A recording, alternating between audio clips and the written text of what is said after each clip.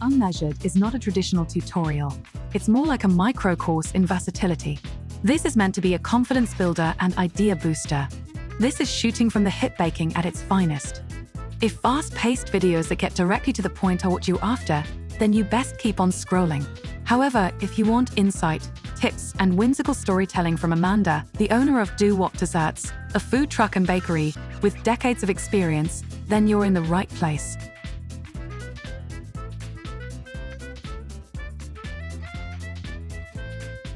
Okay, so for my guests checking into the B&Bs, I always like to have some freshly baked cookies for them. Normally, I keep cookie dough in the refrigerator. I looked this morning and I do not have any.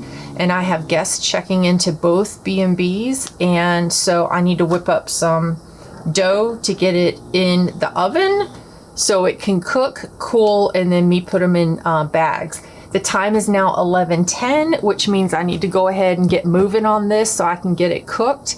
The game plan is to have the dough done in the next 10 minutes so I can go pick up my daughter from work.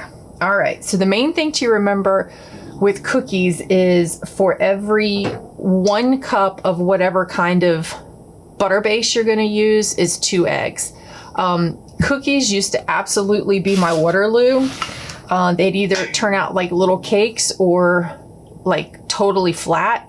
So what I figured to do that helps me out a lot is to use self-rising flour. That way I don't have to worry about measuring out the baking soda or baking powder, salt, all that kind of stuff. It's just self-rise flour. We're good to go. All right, so what do I have around the house? Let's see. I have got some Crisco and some butter blend and some butter. I like to mix the shortening with butter and not just rely on one or the other. I think it gives it a better consistency. I don't make just one batch of cookies at a time. I like to keep a lot on hand, and that way I can kind of use it all the time and do mix-ins, and it's always nice to have cookie dough on hand. All right, so let's see how much butter flavored Crisco I have. You can get shortening in buttered flavor or regular. I like to get the buttered flavor, but if they don't have the butter flavored or the regulars on sale, I will get that. All right, so shortening, it looks like I have about, we're gonna call that 3 cups. All right, so 3 cups of shortening, and then let's see how much we've got. 2 sticks equals 1 cup, so 2 sticks of regular butter. I normally get my butter from Costco or Sam's Club or BJ's. You can get about 4 packs of butter for about $13, which is a lot less than the grocery store. Okay, so 3 cups plus 1 cup, that's 4 cups. No, we'll do more. Okay, so this is like a buttery blend. You can get this at the grocery store, or this comes from where I get my food supplies, like a wholesaler food supply. So this will be, so 4, 5, 6. So this is 6 cups. That one, I put in the microwave a little too long. It's a little runny, but that's fine. All right, so 6 cups of butter. We're gonna go ahead and mix those together. Normally I use a stand blender, but it's easier with the filming to use a hand mixer. So I'll be right back. All right, that's just mixed together. So again, that's 6 cups. So for 6 cups of whatever kind of like butter base you're using, you'll do 6 cups of brown sugar and 6 cups of white sugar. For 1 cup for every butter base. So let's put our brown sugar in. I just keep my stuff in these like containers. They're kind of flat containers, and I just pour them in and stack them. So we'll do about 6 cups. I don't really, it says with brown sugar to press it in. I don't really do that. I just kind of put over the cup. 1, 2, 6. That looks about good. And we'll do 6 cups of white. And then with this, I just kind of pour. So Looks about 1, 2, 6. Now I'm fearing the bowl might be a little small, but we will see how it looks after we mix it up. Okay, could it be creamier? Absolutely, it could be creamier. Am I running short on time? Absolutely, I'm running short on time. So this is creamy enough. It's incorporated really well. There are no lumps in the sugar. So again, 6 cups of butter base will be 12 eggs. I like to crack the eggs in a cup or something before putting them directly in. That way, if there are any shells, you can get them out before it's too late. It is really hard to fish shells out of anything, especially when you're using a stand mixer and you've got the mixer on and you're cracking eggs and putting them in, and then shell goes in and then it's like mixed up and there's no way you can find it. So trash. All right. Normally with eggs, you'll mix them up really good after each egg. I do not do that though. It's getting full, so I'm gonna put some in here.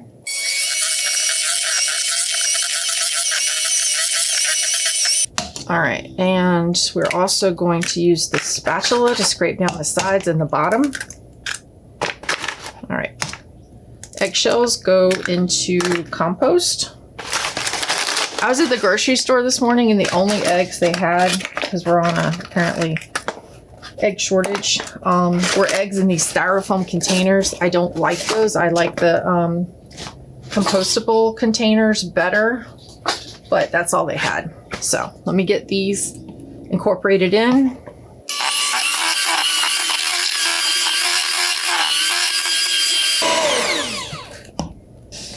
Sides, flip it over. Yes, there are some areas at the bottom that did not get any. What in the world is that? I have no idea. Oh, it's a little piece of brown sugar that didn't get mixed in. It's rock hard, so I'm taking that out. Flip it over. All right, so at this point, I like to add flavorings. I always do vanilla. My favorite vanilla is this Mexican vanilla that I get from Amazon.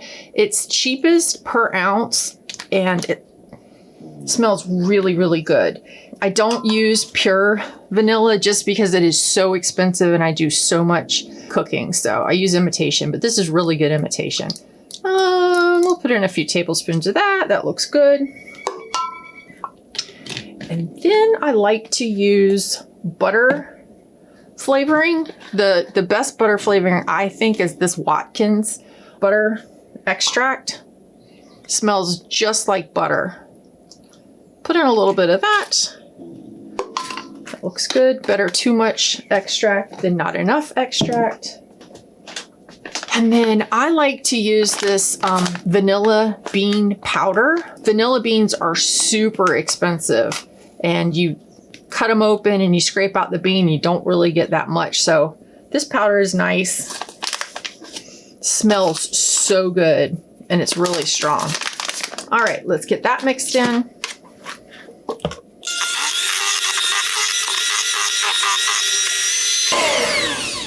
Okay, from this point forward, we're really gonna try not to beat it too much because you can absolutely overmix.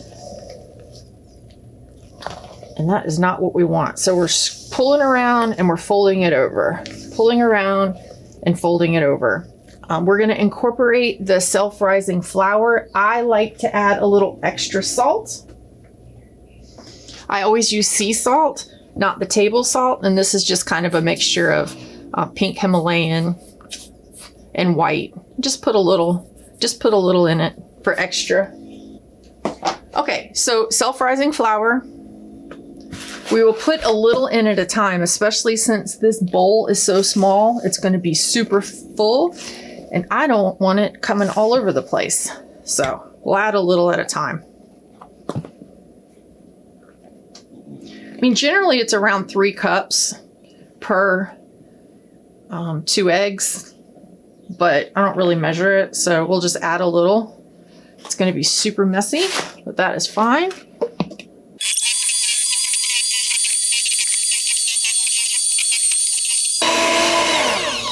All right, we're going to stop to flip it. It's looking good. Cookies actually are better a little bit wetter than they are drier. If they're drier, they're just not going to have the right consistency. They're going to look like kind of like little dry cakes, and we don't want that. Rather than be a little runnier. So it's looking good. We're going to feel it. We'll add a little bit more because it's still like coming up in peaks and sticking on my hands. So one at a time.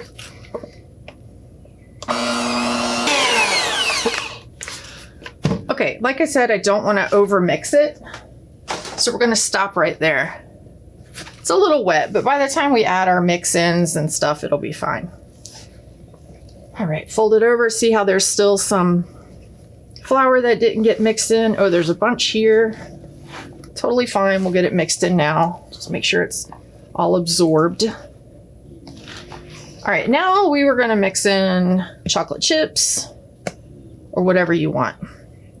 After the holidays, I like to buy clearance candy like Reese's peanut butter cups, Snickers, all that kind of stuff, and have those on hand to mix into cookies. It's really good when it goes like 70% off or whatever. Then I get a whole bunch and it lasts me a while. All right. So this still feels a little soft, but we've got to keep in mind that once we put it in the refrigerator, the butter bases are going to firm up a little bit and it'll be fine. I'm probably going to make like half of this chocolate chip cookie, and then the other half I do not know yet, but we will fold in some chocolate chips. So chocolate chips are another thing that I use a lot of, and the best deal I have found on chocolate chips is to get 25-pound box of them from Amazon. It's Hershey's chocolate chips, semi-sweet, and it turns out to be about 23 cents an ounce, and that's a lot better than buying those bags in the grocery store. And you won't believe how quickly 25 pounds of chocolate chips goes. All right, so we'll just kind of fold these in a little at a time.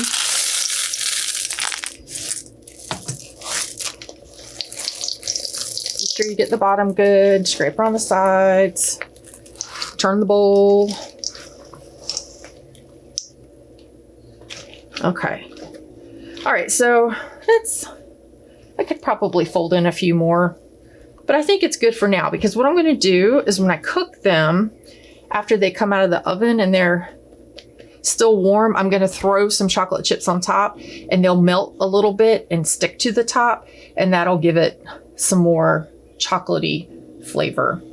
What I do when I make my chocolate chip cookies is, well, for the people in the B&Bs, I don't normally make these really, really large cookies. I'll make small ones. And depending on how many people are checking in, that's how many cookies I'll make. Or if they're staying a few nights, I'll make a few more cookies. But generally for around the house or the food truck, I will take these rings, they're 3-inch rings, and put them on the cookie sheet. And I'll just drop cookie dough in the middle and let it bake. And as it bakes, the cookie dough spreads out and it fills up the ring. And then after the cookie cools, I'll just pop the ring off, and I don't have to worry about having spreadage go all over the place and the cookie dough touching each other. So definitely recommend getting a pack of these 3-inch cookie rings. These came from Amazon. I think Temu sells them too, like pretty cheap. So that's it.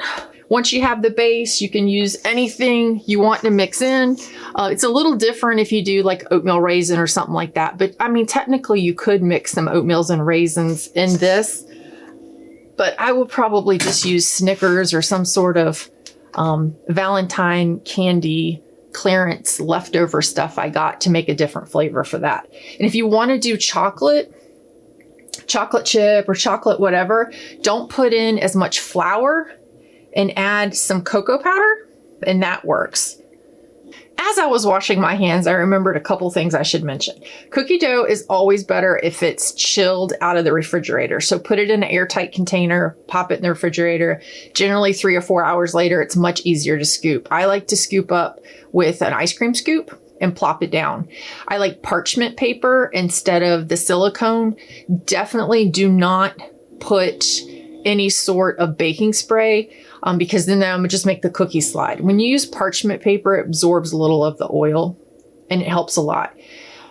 Make sure that you cook it on 350. Make sure the oven is preheated. That is super important. If you put the cookies in and the oven is not at 350 already, it'll start spreading out and it won't be good.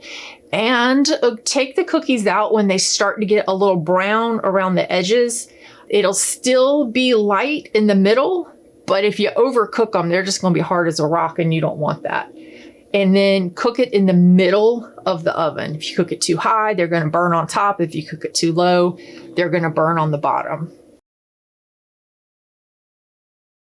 Okay, they're out. They look good. Brown around the edges, soft in the middle. Maybe cooked them a little too long, but they're absolutely fine. I'm going to sprinkle some chocolate chips on top while it is still warm.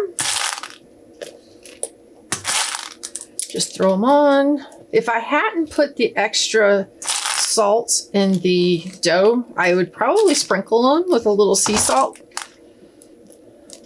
There we go. And then I'll put the chocolate chips on. I mean the M&Ms. I had some. Don't know if they're going to stick or not. I assume that if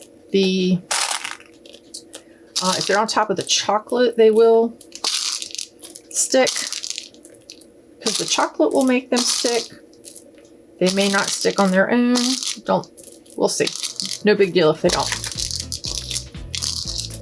Now I'm going to let them cool before popping them out of the ring.